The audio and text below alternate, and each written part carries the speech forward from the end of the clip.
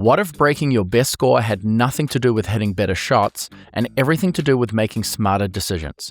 This week on Sandbagger Sessions, we break down the course management secrets that could drop strokes from your game starting this weekend. Let's get into it. I'm just recording. I got you. Yeah. All good. Okay. Welcome back, everyone.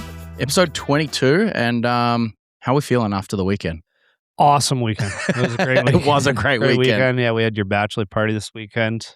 So I've seen a lot of you in the last this 72 hours. This episode might be real quick. Yeah. Boys, it's Tuesday, and I don't know if I've recovered yet. I don't know about you.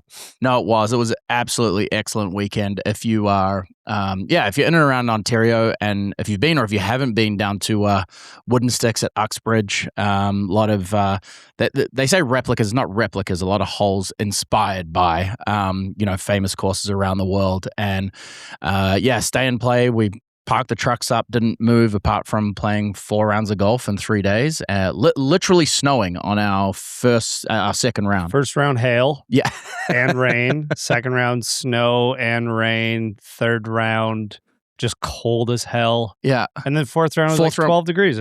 It felt balmy. Yeah, it was nice. It was and a nice round with your personal friend, Mr. Duthie, which was a bunch of fun. Yeah, James came out. Nice to see him, and him and I are 2-0 as partners this year. Yeah, which is nice. So took down Brad and Matt in a round, and took down you and Thule in a round. So. Yeah, it was a heck of a lot of fun. Great weekend, but fair to say the boys are a little slow, even though it's Tuesday. Middle-aged bachelor parties are very different to what they, Yeah. I don't know how you boys did it. Like, a couple of you stayed up till 2, 3 in the morning. Saturday night, I was struggling to hit 11. I made it till 11:45. Yeah, I was proud of you. It was a grind. Yeah. It was a grind to get there. But I was driving home, I was laughing because the whole time, you think about bachelor parties going wild or everything. It was just all of us being like, like massage gun, my back's sore. Does anyone have chapstick? My lips are dry. Hot showers. Boys were grinding it. But it was a blast. Yeah, Wooden Sticks in awesome shape already. Oh, it was unreal. Which is impressive. Didn't get to watch any of the golf, but saw some big results this weekend. Yep. I picked Cam Young and Nelly Korda, and both of them won.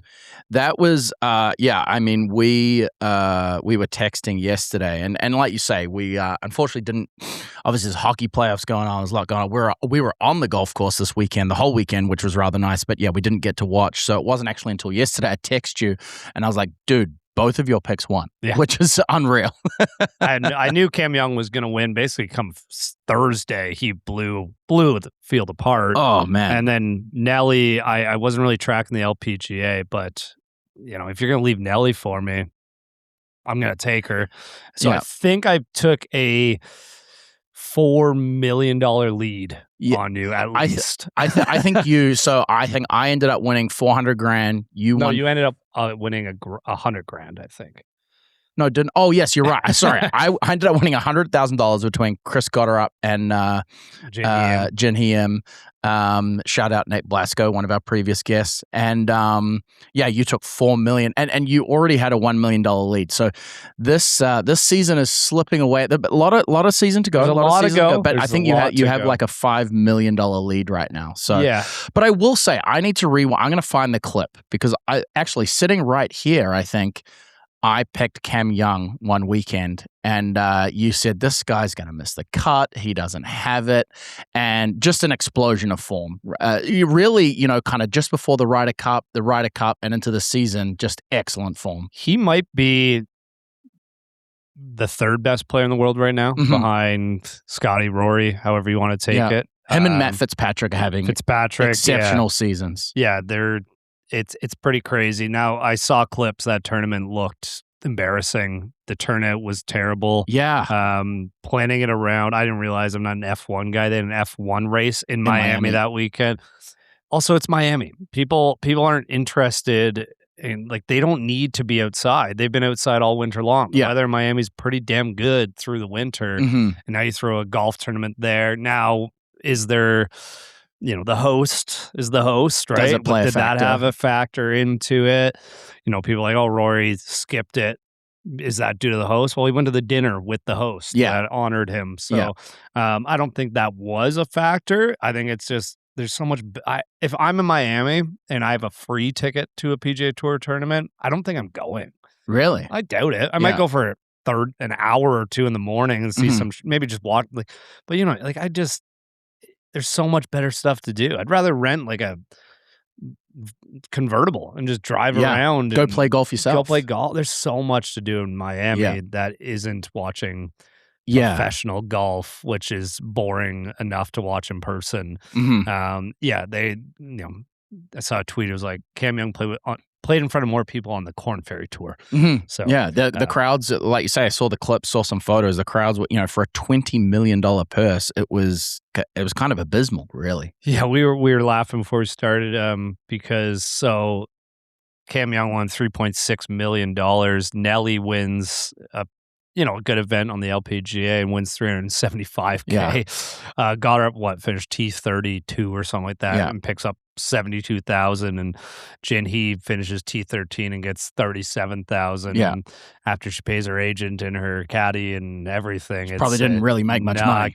Not great at all. So we didn't watch too much, but it didn't look like we missed much. I'm not a Doral fan. It's a good golf course, but Cam Young, because it's meant to be a tough golf course. And what did he end up shooting? 19 or 20? He just absolutely blew it apart. They hadn't been there, I don't know, since 2014, and they were taking lines that they were not taking back then. I was seeing some clips of this hole. It was almost like a drivable par 4 with water everywhere. It was playing the easiest hole on the golf course because guys just blasting all over the water. Just get in that bunker. And just hope to get up and down. It is what it is. I've been very adamant about being pro rollback. You're not, but it was what it was. But it was there was a bunch of other news that came out this week too. Yeah, I just on the catalog as well. Just wanted to also shout out Alex Fitzpatrick, because obviously got his tour card a week ago. We already discussed that, whether it's right or wrong, whatever it is, it's still sick that he did, and came in T9th at his first signature event, first tournament as a fully carrying card member. So I thought that was awesome as well. Run the hot hand. It's awesome. Yep. Yeah, absolutely. And obviously 2 weeks ago we had the interview with of course Ryan French about LIV, and since that time the official announcement has come out. So it's been kind of fun seeing Ryan go on what he said he was going to do. He had hundreds, of screenshots, and obviously what he reported turned out to be correct. And I just thought it was interesting because now that this news has come out officially, I guess the news outlets have been going and talking to a bunch of people, because the focus has now shifted from, okay, is PIF going to fund, to who is going to fund LIV in order if it's going to continue, right? And I saw an article from I think it was The Athletic, and the source was anonymous, but they are a part owner in a major league franchise. And interestingly enough, and I don't think maybe any surprises here, but from their perspective, and have some direct quotes here, effectively, the absolutely zero interest in investing to keep it going. If you were looking at some of these people as viable options to invest, the quote was completely not viable. And then, for instance, I think the model with LIV was eventually looking to sell their franchises, build up value in their franchises and sell them. And this, part owner was quoted as saying, the crushes are the crushes because of Bryson. If Bryson goes away, then what the heck do you have? Yeah. You don't have anything. So, focus has shifted there. Will be interesting to see. And I think there's some merit to what Ryan was saying. If this does continue, is it something that's sort of absorbed into the Asian tour? But, certainly all of that, reporting of the last few weeks has come to fruition. And now the focus shifts to, okay, what are they going to do? Oh, there were so many funny tweets kind of all week. My favorite was basically they announce it and someone quote retweet it with that meme. Shout out to the haters. They were right. So shout out to them. Yeah. The other one that was absolutely asinine, I think it was Luke Elvey. This guy's off his off his rocker right now. Yeah. Basically saying, why don't all the guys that got all these big bonuses pool it together to buy LIV? And like, and then people quote tweeting that, being like, "Hey Bryson, you know how you wanted 500 million? How about you pay 500 million and then not get paid because there's no money to pay yourself out with?" Just asinine stuff. I don't get it. Yeah. But at this point, yeah, it's all but dead. As we record this, I think Scott O'Neill's doing an announcement in about 25 minutes. Probably just the same thing stuff, unless he's just like, "Hey, maybe he's like, hey, we're done," but I doubt it. That'd be silly at this point. But I don't know who's buying this No. for what they want. The PGA Tour gave them an insane valuation, as Ryan said, to buy it, basically buy them out from it and end it. And they said, no, we think it's worth 20 times that. Yeah. And I'm sure they regret that right now as well. But yeah, it's hopefully, I'm kind of over talking about LIV. Hopefully it's gone. But like at this point, John Rahm, they've already lost an event. I think there's 5 more events in the LIV schedule, maybe 6. He's got a lot of time on his hands to maybe go play those extra DP World Tour events. To get back. But it does sound like a lot of agents are reaching out to the PGA Tour. It sounds like they are coming up with a new format to, a returning members program. Now they basically said the info that came out, there's gonna be multiple of those. So if you were part of the initial lawsuit, that's going to look a lot different. Yeah. So basically, the John Rahms, the Dustin Johnsons, the Cam Smiths of the world, those guys might have an easier path. It's going to be harder than Brooks, I guess, is what they said. I could see Cam Smith just retiring. Like, that's a guy where I could see him being like, what does he have? Couple more years of majors. He won in 2022. He's got this year and next year where he gets into all the majors.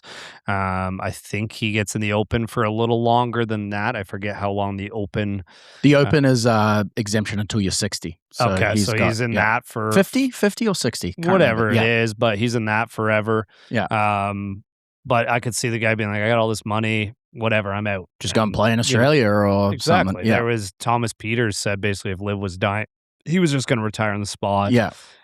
So I think there's a lot of guys that I think we'll see a few of them back. Like, I don't know if a Cam Tringali has the money to drop $5 million in the Brooks thing right off the bat. Maybe he probably does. He should.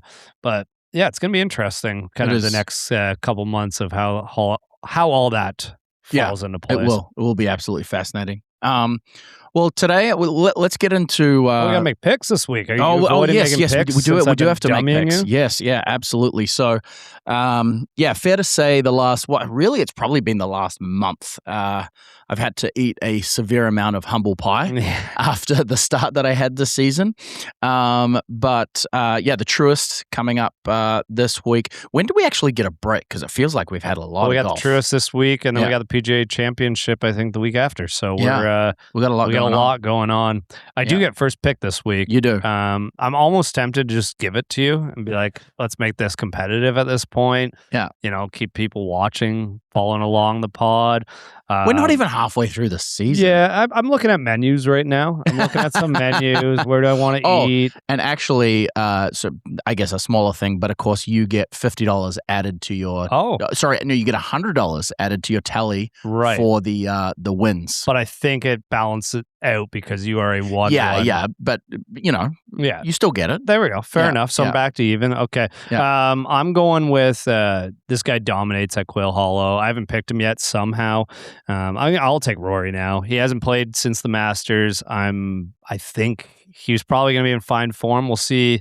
He's more of a tune-up leading into the PGA Championship, but Rory could win at this golf course in his sleep. He's basically done it before, and give me Rory. Let me use him early. That was my pick. That's tough. That's a really tough look. Now I'm really tossing up in my head because I only have Scotty one more time. Yeah. But Is Scotty even playing this week? Well, it's a signature event. I imagine he Rory is. doesn't play him, so why does? Yeah, that's fair. That's fair, I guess.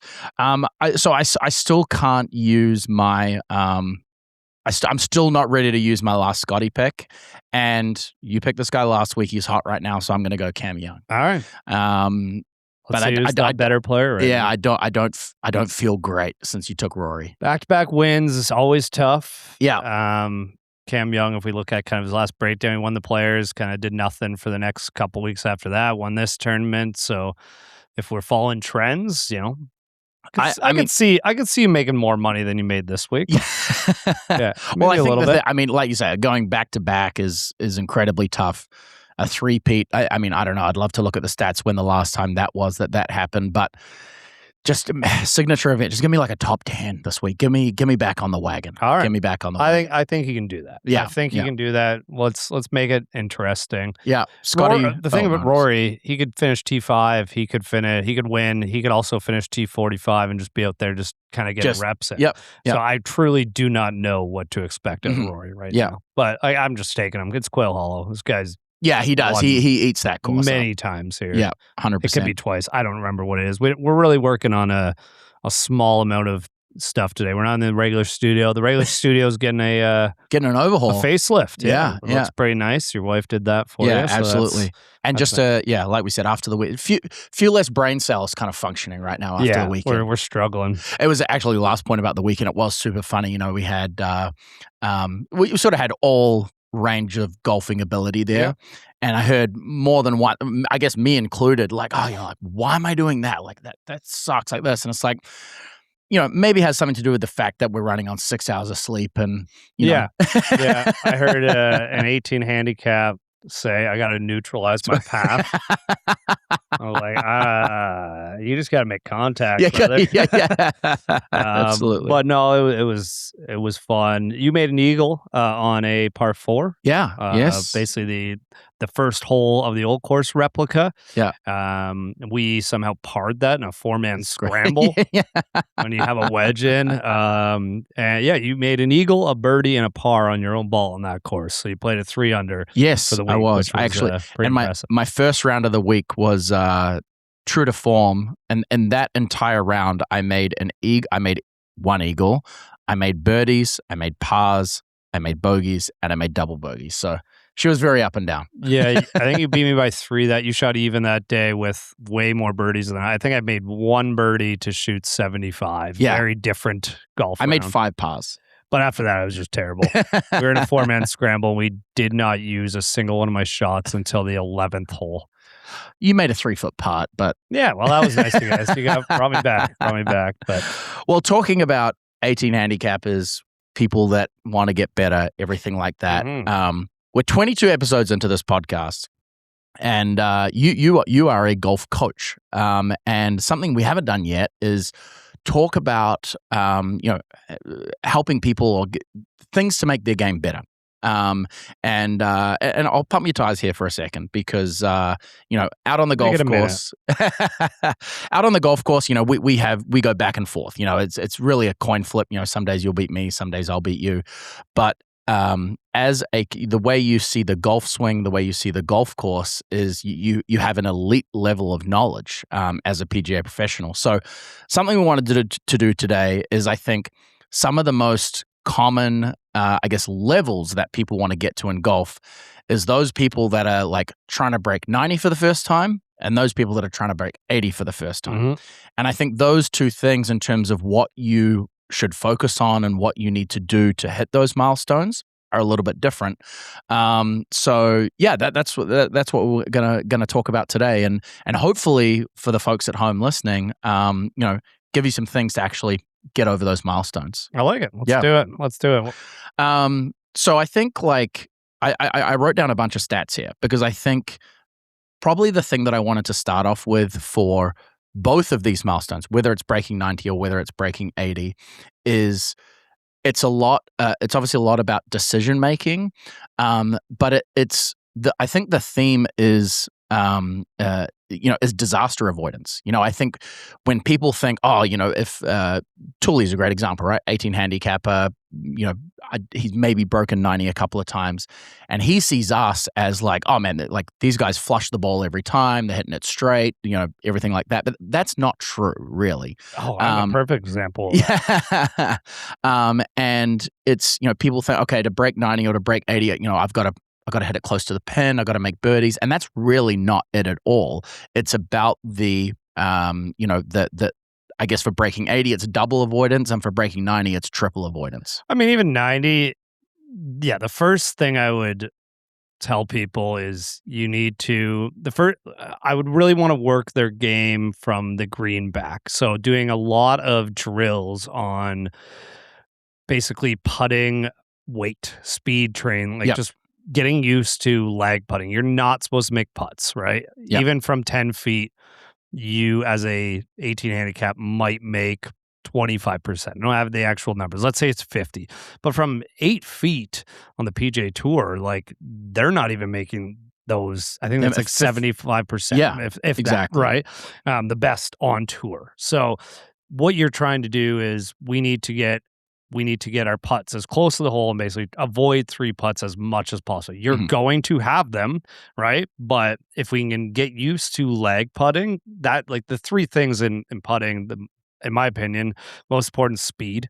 Because if you can get speed right, you're probably going to get pretty close. Second is the line, knowing the line, and then third is actually being able to start it on that line. The first 2 are more important than the third because there's a lot of skill in the third. The first 2, you can learn those over time. Yes, there's a lot of skill in having the putter straight and aiming it and yada yada, and a good putting stroke. But you can get away with a lot of that if you can do the other 2. So from working back from there, and then as an 18 handicap, you're not going to hit greens. You might hit 1 green around, realistically. Well, maybe 2. And the stats the stats show that if you're someone that around a 15 handicap, which averages 89 to 91 around. So 15 handicap is basically a coin flip. Are they going to break 90? Yeah.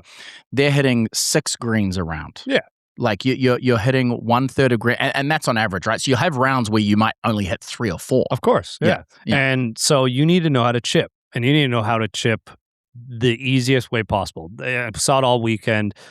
That what most people try to do is hit very high chips. They're always trying to get flippy and like really pop it up. Well, the chances are you're never getting that close to the hole. So the easiest thing you can do is get the ball on the ground as quick as possible. Find that whatever club you need to do to get the ball on the ground.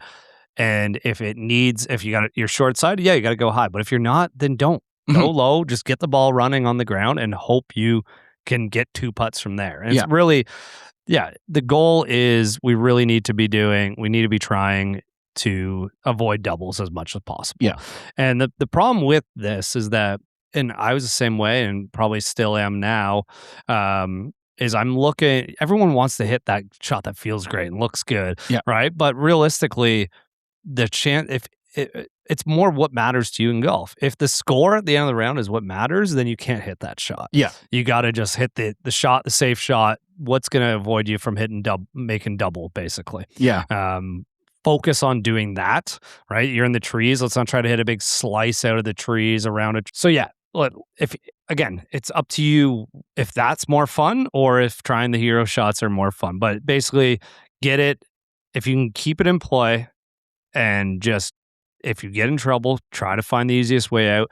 And I did, when you're playing in these, matches with buddies, like I had a stupid shot on one of these holes where I had like 250 out on a par 4 because I had a terrible drive. Ball was way above my feet, downhill, it's never a 3-wood. And I was like, well, whatever.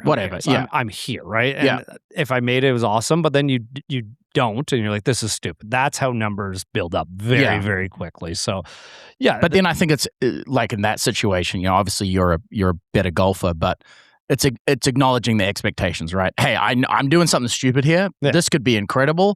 But in all the more likelihood, like I could chip it down there, put it on the green, 2-putt and make bogey. I could do this.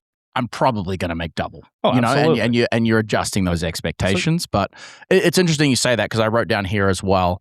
I think me included, I'm a big one for this.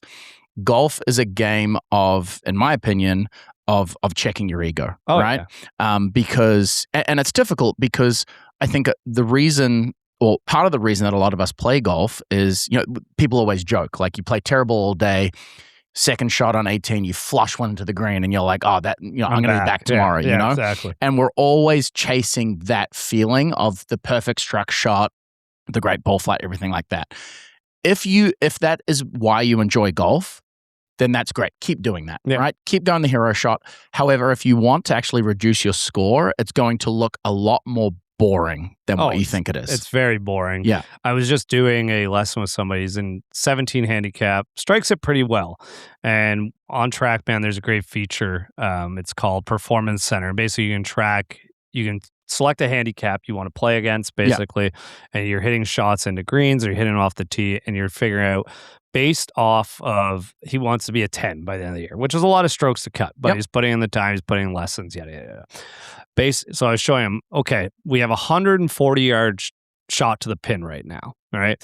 But if you hit it to 50 feet from here, you are gaining strokes on a 10 handicap. Yeah. Right? It's like, what would you usually hit here? Oh, I'd take my 9-iron and I'd aim at the pin. Well, if we look at the left to right dispersion of that, you can't fit on the green with your dispersion. You have a 1 in 50 shot to land in that little window. So if you went 130 and you land on the middle of the green there, you have, even if you 3-putt, you're still gaining strokes on a 10 handicap in that situation. But people don't see that. They don't understand that. Now, not every 10 handicap's built the same. There's some 10 handicaps that flush their irons and can't get off the tee. And there's some 10 handicaps that hit 300-yard drives and can't chip, right?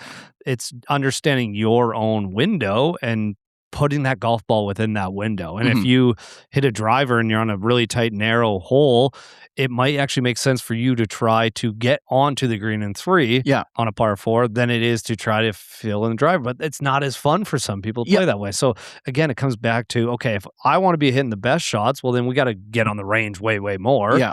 But if it's like, all I care about is my score at the end of the day, then you gotta play way more simple.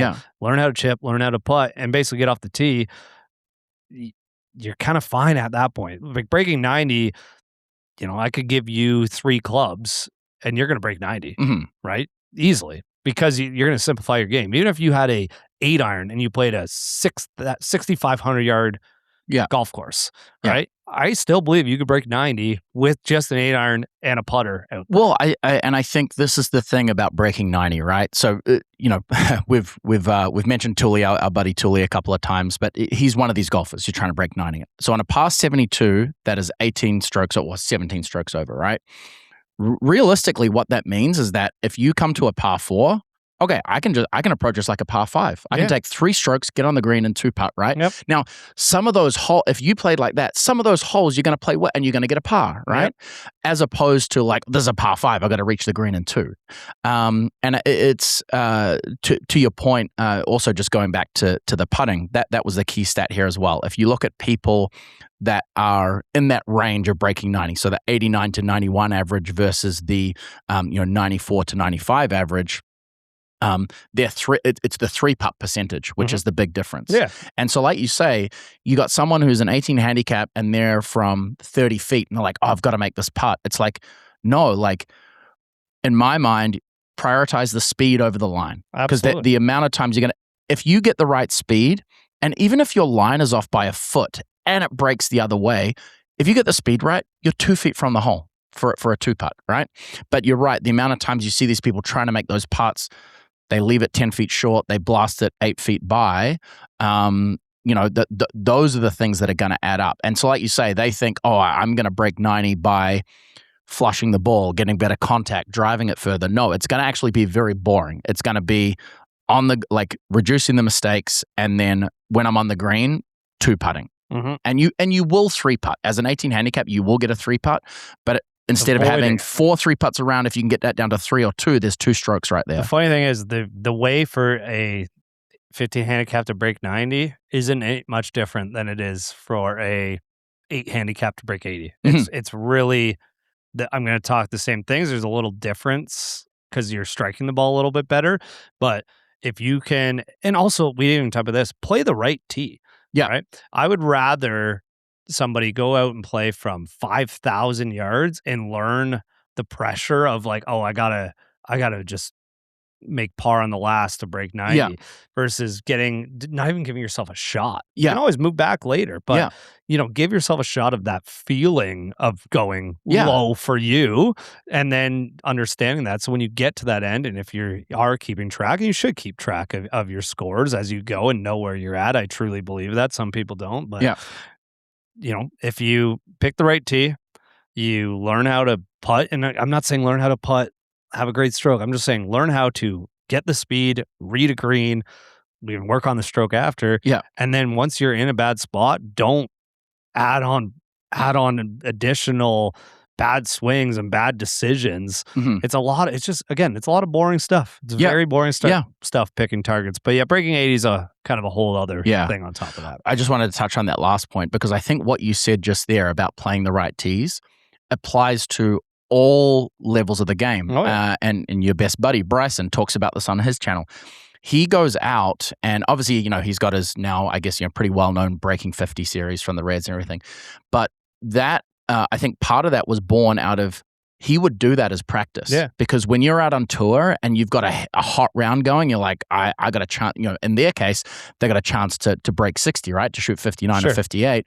You need to know what that feels like. Oh, yeah. You absolutely. And so even though, sure, it's from a way shorter yardage, but putting yourself in that position, as you say, okay, I've got to make a clutch shot here to hit this milestone, just the building your brain as a muscle as well, as opposed to the physical ability. Well, the thing with that too, and let's call it the elephant in the room, it's a lot easier to do this stuff if, say, you're a member somewhere, right? Because a lot of people, they're like, okay, I play golf once a week. I might have time to practice once a week, right? I don't want to go play from a short yardage for that round I'm paying realistically $100 for the cart basically anywhere nowadays. Well, what you can do for free is most places, and if not, it's a lot cheaper, is go chip and putt. Chip and putt a lot. When I first started, and I'm not, pumping my own tires, but the short game's always been the best part of my game. Yeah. Always been the best part of my game.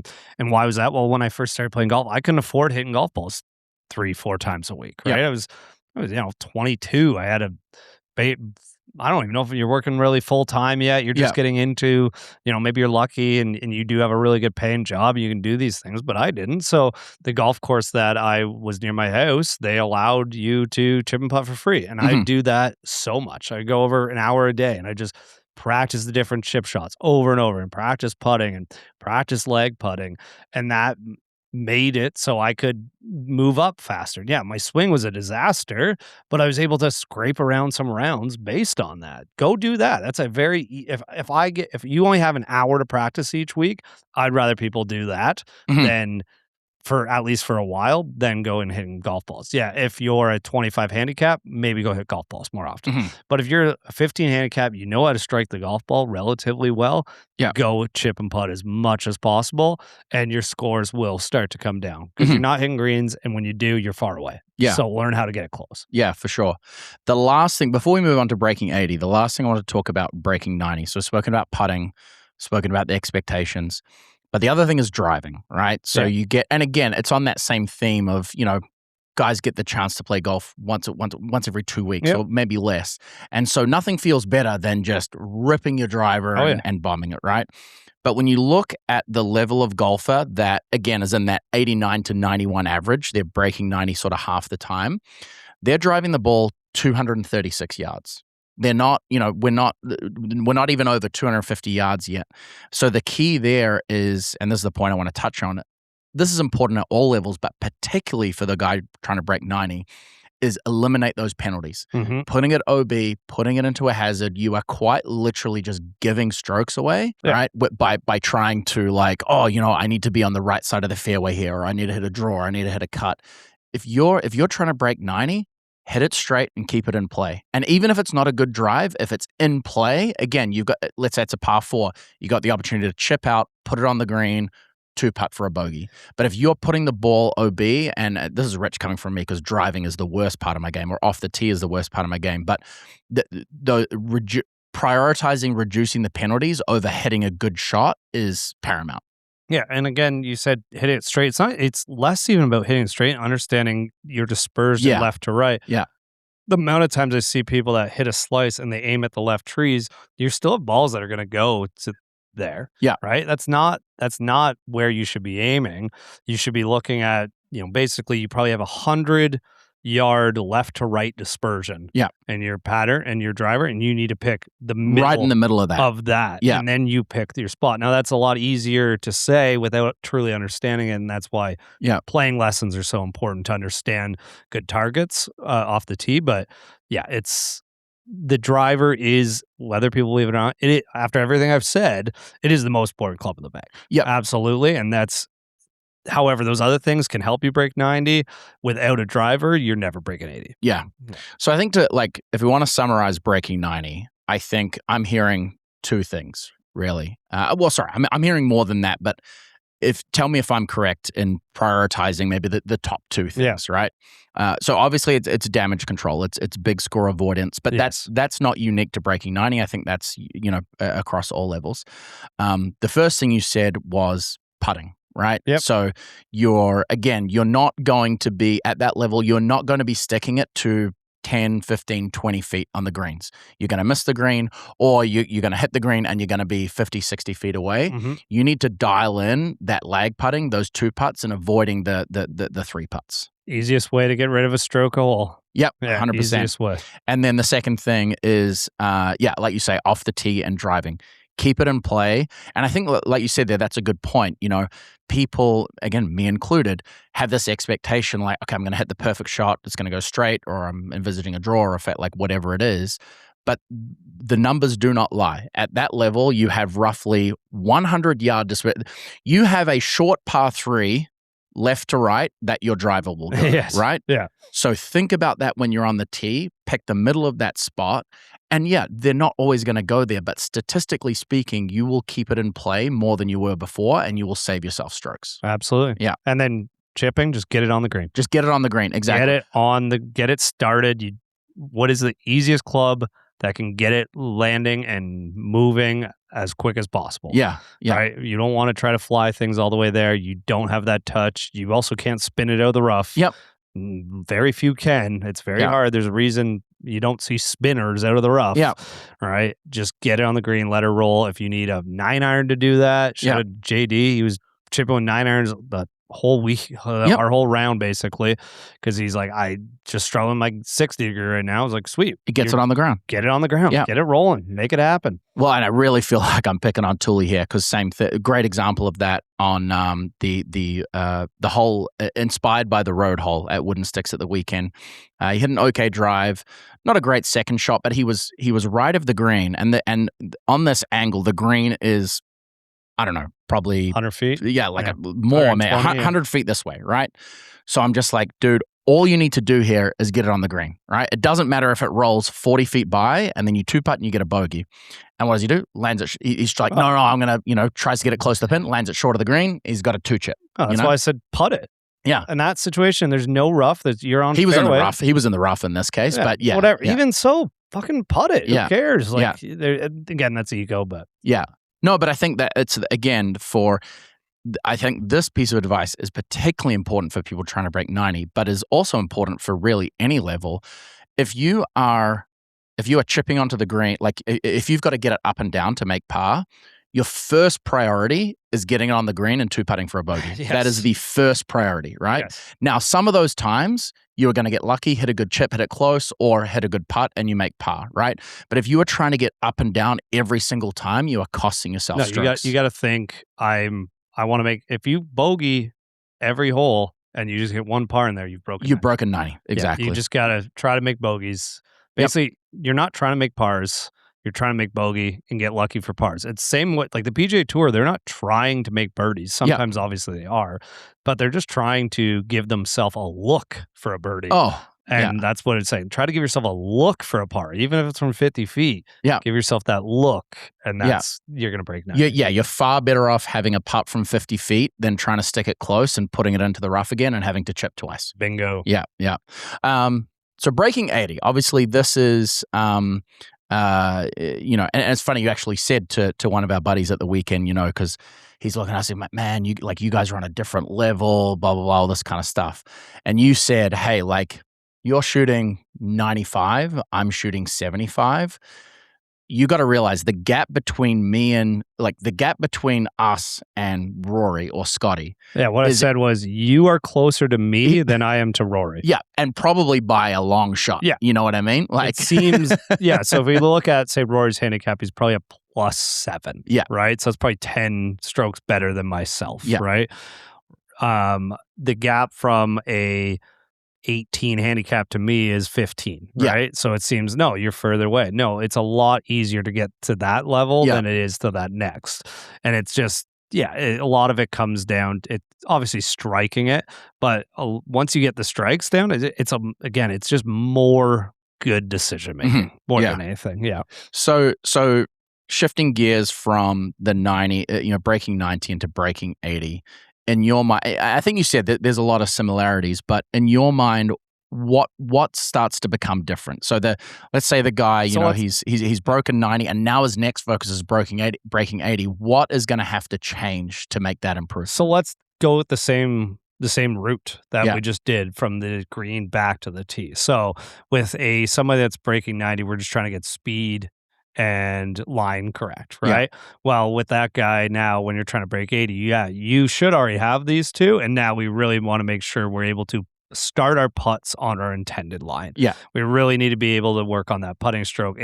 We can't have these wide open faces, wide closed faces, right? We need to be able to start our putts on our intended target line. So we actually have a chance to make putts versus someone breaking 90. It's like we're not even trying to make putts anymore. And again, we're not really trying to make putts when we're, trying to break 80. We're just, if we pick a good target, we get our speed right and we hit it over that target. Some of them are going to go in. Exactly. The hole might get in the way. Yeah. Realistically. So there's a really good drill where if you take two tees on the left and right of a hole, and you basically make them the half of the width of a hole either side. Do a ton of drills from, say, 8 to 10 feet, and all your goal is to try to get through those tees. Yeah. Right? We're not trying to get in the hole. We're just trying to get through those tees. Yeah. Pick your target, making sure. And then most of the time, the hole is going to get in the way if you can get into that window versus, and it doesn't matter, 3 feet short and 3 feet by are the exact same. Yeah. They're the exact same. Yeah, you didn't have a chance when you were 3 feet short, but the old never up, never in really hurt a lot of people. I think that's some of the worst pieces of golfing advice. If you didn't hit it past the hole, you didn't give it a chance. You didn't give it a chance. No, but 3 feet short is better than 6 feet long. Exactly. You have, 20% more chance as probably an 8 handicap to make a 3-footer than you would a 6-footer, which sounds silly, but I don't know if that's whatever the number is. Well, and I mean, talking about that piece of advice, if you left it short, you didn't have a chance to go in. It's the same thing. You are not going to, you'll get lucky, and I'm not saying you won't make birdies, but the way that you're going to hit that milestone outside of anomalies is not going to be making a shitload of birdies. So if you look at, again, now comparing someone who shoots in that mid-80s range to someone who coin flip between breaking 80 or shooting over 80, the birdies per round are 0.72 versus 1.26. Yeah. So there's negligible difference in the amount of birdies made. However, when you look at the amount of doubles made, they make they lose an entire stroke by making one more double per round, right? Yeah. And so to your point, if you bring it up 3 feet short or 2 feet short, okay, that's a tap and par. If you're trying to make the birdie, you blow it 7 feet by and you miss the comebacker, like what's the better outcome? Absolutely. So, and then we go, if we're working our way, so now we're off the green, we need to have multiple different chip shots around the green, right? And basically really work on your wedges from 50 in, right? Because, for a 90 shooter, they're at 50 yards. If they've only been chipping with a 9-iron around there, they don't really know what to do in that. You need to really own that scoring yardage. Now, scoring isn't just making birdies. Could be, I'm got my third shot into a par 4 and I'm 50 yards away. Well, now I can hopefully hit that within 20 feet and give myself a chance for par versus trying to think I got to hit it to 10, right? Yeah. So the difference between, the 80 is that we need looks for birdies, but we're not trying to make birdies. Yeah. 90, we need looks at par. Yeah. and hoping to make bogey, right? It's a small mindset change. And obviously we haven't really talked, you need to be able to hit your irons, and driver is going to be way more important to break. You cannot have penalty strokes off the tee to break 80. To break 80. It's very, very difficult. Unless, you're taking a drop and now you're trying to make the world's best par, the world's best bogey. But even then, it's still, if you do that, at that point, your brain has to shift to double avoidance. What is the easiest way for me to make bogey at this point? And again, those 82 shooters, they have more of a brain, more of a history of, I remember I hit this shot to a foot before, or hit that to 10 feet. It's like, yeah, you did, but you're not going to. Yeah, exactly. So exactly. We really got to focus on just when we're in trouble, right? Let's make bogey, not double. And same thing with the 90 shooter. Like when we're in trouble, let's at worst make double, not make something bigger. Make triple. But it's once you get to that 80 mark, you're trying to break 80 off the tee, that importance comes, it's like it's not so much more important because a 90 shooter has a better chance if they can really get off the tee really well. But that's the club, I'd say, like that needs to be something you're so comfortable with, or you have a really good second serve that you can put in play, whether it's a 3-wood, whatever. And you just got to give yourself putts for birdies or really close par putts, basically coming back. And that seems like a really simple way to look at it, but it's a simple game if you really break it down. 100%. If you really break it down, like at 8 handicap, if you look at, again, that same performance center, the distance away from the hole that a 5 handicap hits it really isn't that much different. But I think in their head, they think, I got to hit it to 10 feet. I got to hit it to 12 feet. You really don't. You just got to hit to like 30. Yeah. And you got a good chance to break 9. Well, and I 80, think, sorry. I think what I like about your saying, right, and I was hoping that this was the way it was going to go, because I think on both counts, someone that's shooting in the mid-90s and trying to break 90, and someone that's shooting in the mid-80s and trying to break 80, there's stuff, you can take it for a lesson, you can improve ball striking, you can do whatever it is, right? And those things are important. But chances are, if you have shot an 84 or an 85 and you want to break 80, chances are you can make that happen right now, just with changing your mental approach. And right? It's usually like when I'm doing lessons, I think we did this early on, and is just after kind of the 3rd, 4th lesson, they're trying to understand it. We'll do a lesson where it has nothing to do with the golf swing.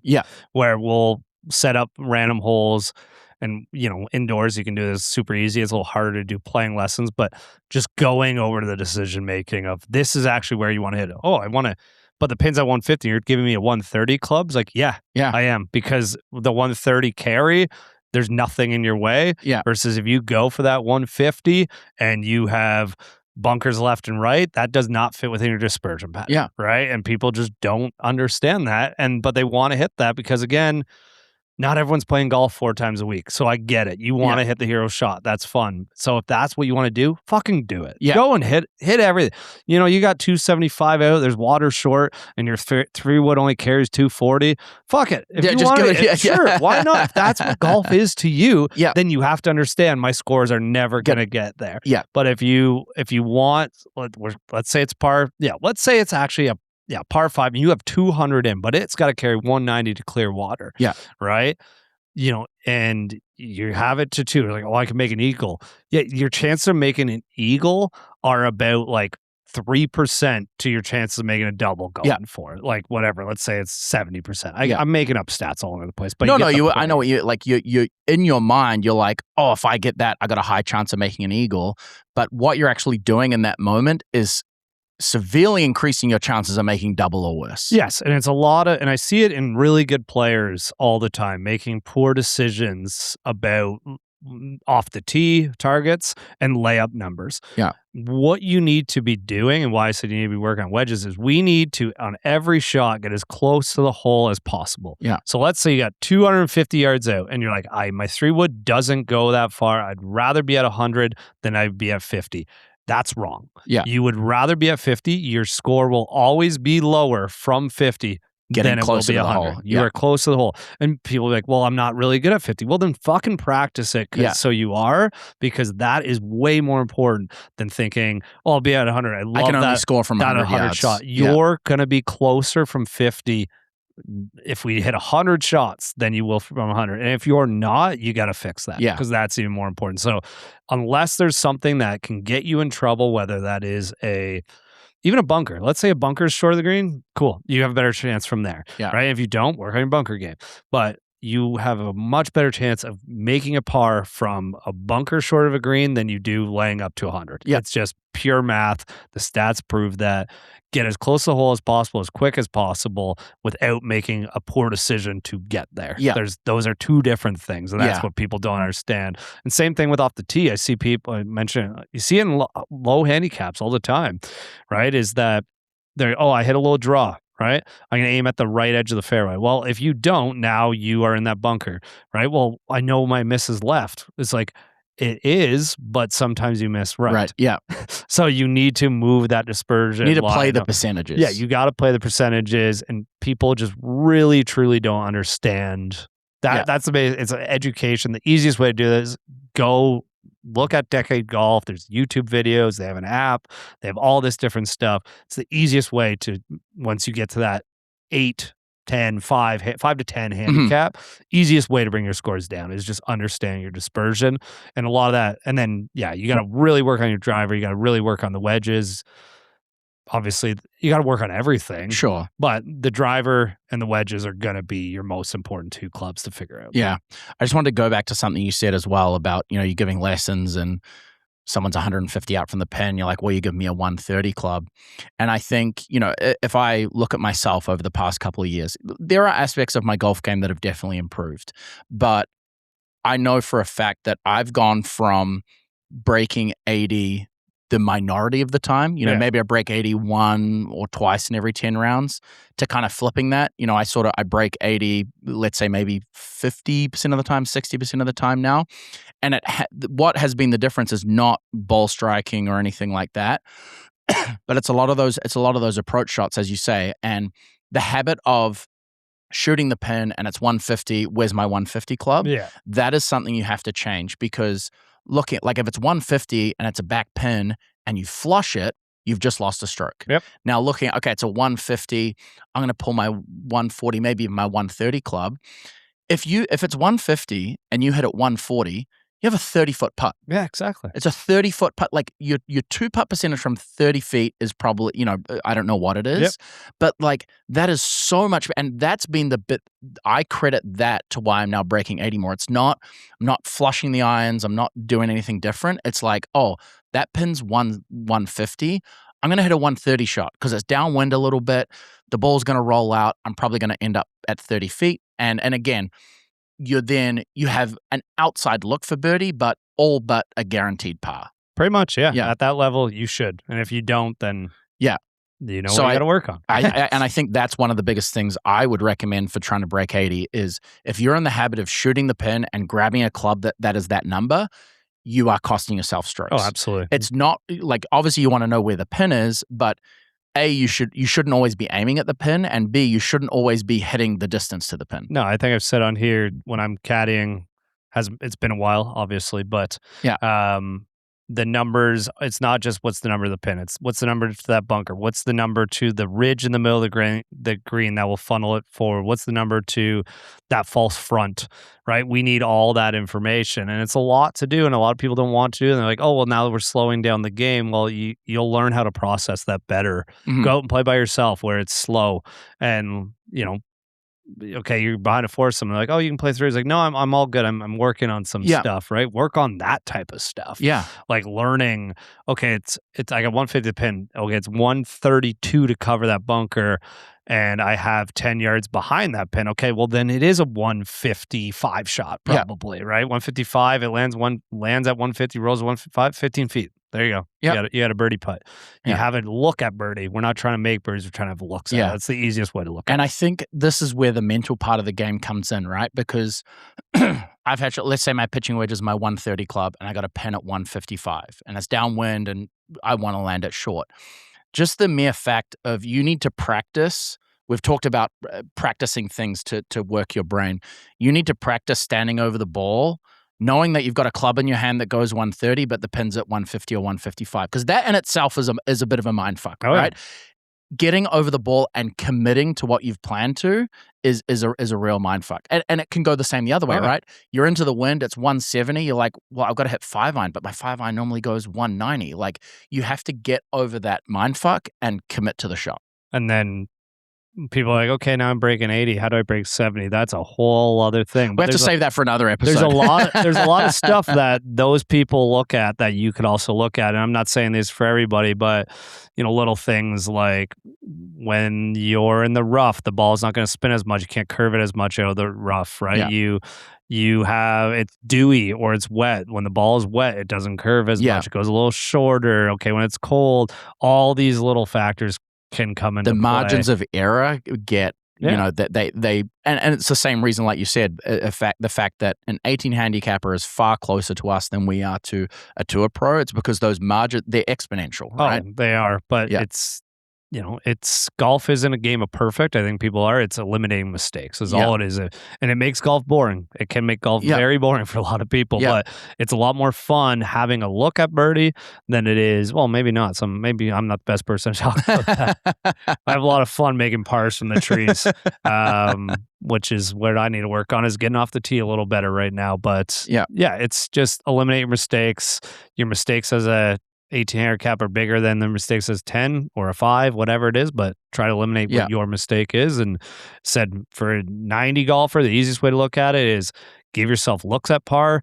For someone that's trying to get into the 70s, just give yourself a look at a birdie. And a look is from 50 feet. It can be off the green. Yeah. It can be off the green, but you're giving yourself a chance near the green for a birdie. Yeah, that's for basically sure. If I really just summarize it. Yeah.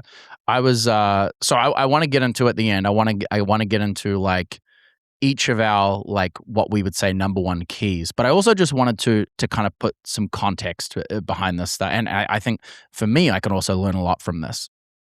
Because we've spoken, today we haven't really spoken a lot about, technique or things to strike the ball better or hit the ball further. It's been a lot of mental game, right?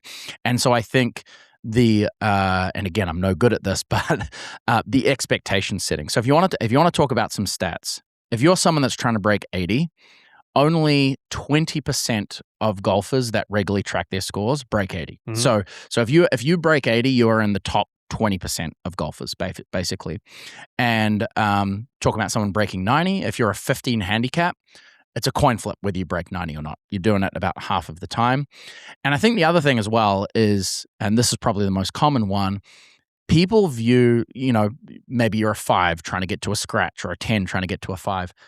View like, oh, that guy's a scratch golfer. Like, he flushes it, like he's shooting even par, under par all the time. No, they're not. Like, they're shooting almost like 1 in 30. Breaking par for a scratch golfer, they break par once in every 12 rounds. Yeah. And they're shooting an average of almost 75. Yeah. So I think it's like, again, we've spoken a lot about that mental game and the expectation setting. And golf, I always joke about this. The reason golf is addictive is, unlike other sports, let's say you're a marathon runner, right? Guy just broke a 2-hour marathon for the first time. He ran a perfect race from start to finish for almost 2 hours. Like, everything was perfect. Golf is not that game. You are not going to go out and hit 72 perfect strokes over 4 hours. It's just not going to happen. And so I think that is where it's, and again, a lot of learnings in here for me because I'm a perfectionist. But just kind of like setting that context and setting those expectations. But I wanted to ask you, like, and I'll do it as well. If you were to say, okay, amongst breaking 90, breaking 80, you mentioned breaking 70 is a different ball game, but what would be like your top key? Like, what would be something that is, similar to those two ability levels if they took away one thing that they should focus on? Oh, I think they're different though between the two. As I said, I think for the 90s, it's just short game, putting and chipping, avoiding adding a stroke once you've done all the hardest shit. Yeah. And now you get up there and you make a dumb mistake on the close shots. Yeah. Let's just figure that out. Let's really get that sorted, because you can't break 80 without getting that sorted. So once you get that, then you can start working on how we actually, you should be still working on how we're striking it, but the 3 putts, that's a very easy way to eliminate it. And then once we get down to the 80 and below, is like, it's got, like, if I were to pick, it'd be, you got to be really good off the tee, because if you, like, it's the most important club in the bag, right? The PGA Tour stats have proven it. If you look every single week, it's pretty rare that a guy's losing strokes off the tee and wins. It's very, very, very rare. There's those off weeks where the guy that, maybe wasn't gaining strokes off the tee, or he was average in the field and gained a bunch on the putting. It's unsustainable. It never works out. It just doesn't, right? So it's really owning off the tee after that point, and just getting really damn good off the tee, or else you have to have a really damn good scramble game. And I know way too much about that. And I'm telling you, it's a lot harder. It's a lot harder. Yeah. You have to put in a lot of work with those wedges to make it work. And if you can put a lot more work on that driver and getting comfortable, and the biggest thing with the driver is one shot shape.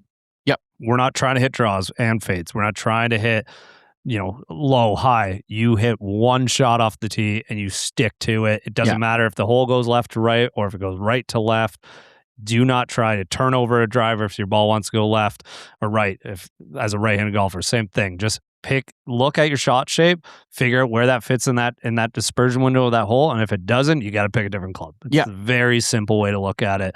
Yeah. Dustin Johnson, they asked him about that. How many times did you try to hit a draw last year? And he said, try. And he's like, yeah, try. 0. Yeah. 0.